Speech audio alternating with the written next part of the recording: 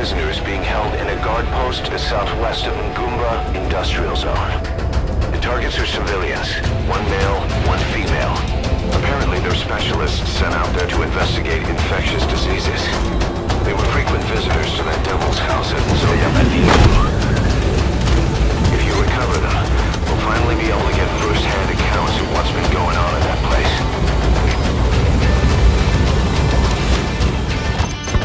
Two engineers are being held in the observation post southwest of Ngumba Industrial Zone. Boss, your mission is to rescue them. The targets are civilians, one male, one female. They were dispatched to the area by an international health organization, but disappeared shortly after. Extract the two targets and help them escape the country. What? About those invalids you saw in that devil's house. Poor bastards. All strapped down to the beds, with those lumps on their chest. The medical staff tell me they were probably a type of cyst. Cysts can get that big. In some cases, yes. But supposing they're a kind of atheroma forming on the surface of the skin, the size is just too big. The appearance is all wrong. In the end, the medical team were at a loss. Those lumps were like nothing they'd ever seen. The fluid you said you got on your prosthesis when you touched one was burned off in the fighting, and the factory burned down too. None of the tests we did once you were back at the base revealed a pathogen that could have caused them. Meaning we don't have a single sample to work with. Everything went up in flames. What worries the medical team most is whether it's contagious. Whether there's a chance we could end up like that. Target extracted. And Mother Base's sanitation control has always been strict. After all, war is great at transporting diseases. For the time being, at least.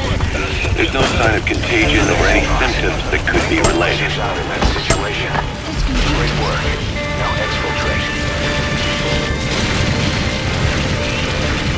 Extraction arrived at Mother Base.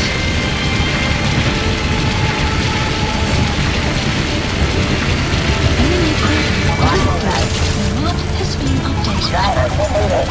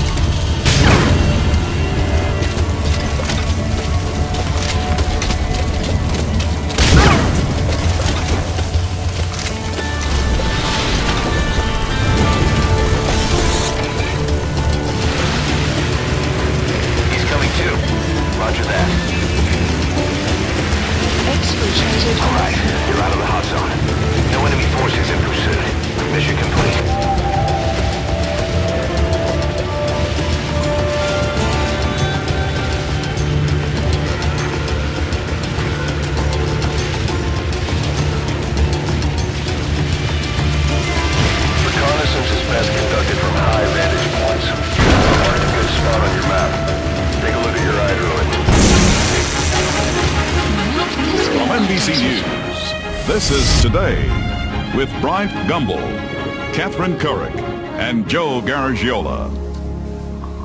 Good morning and welcome to Today on a Friday morning and to a new chapter of Today. How did it sound? Sounded good, Yeah, but I still can't decide whether I'm Catherine or Katie. No, Alex, re-rack it for us, will you? Catherine Couric. Thank you. One more time, Alex. Catherine Couric. Catherine Couric. Catherine Couric. Catherine Couric. Catherine Couric.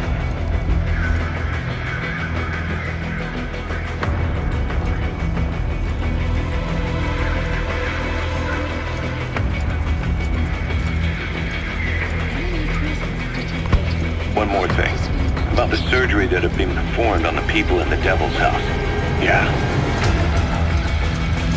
You said that their throats were cut open, with an acoustic tube pushed inside? Right. The tubes were hooked up to tape recorders, playing some kind of audio. Well, we picked up some of that audio through your radio transmissions and recorded it here.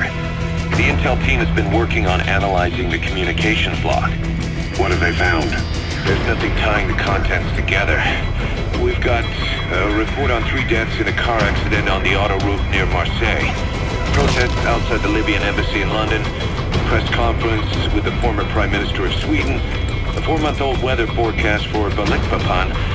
And then commercials for appliances, cough syrup, and TV dinners. Assuming they're not all staged. come off as recordings of your average public broadcasts. Public broadcast. Just radio and TV signals. Yes, and from all over the world. We're looking into whether they're genuine or not, just to be sure. What else? A speech that sounds like it was recorded out on the street, and people chatting about how this year's tomato crop did. And there's nothing they have in common? We're partway through the cryptanalysis. That includes checking all audio ranges and running it backward and at different speeds. Then there's vocabulary breakdown for political suggestions, ideological common points. But I don't think it's gonna get us anywhere. Where were the recordings made? There's nothing linking them from that angle either. Just like you reported, we've detected virtually every major language there is. French, German, Italian, Spanish, including South American accents. Then there's Russian, Hindi, Arabic, Portuguese, Mandarin, Cantonese, Japanese. They're nothing if not thorough. Well, I don't know if we've got them all covered. Ignoring the ones that have gone extinct, supposedly over 5,000 languages exist today. Besides, English isn't one of the ones we picked up.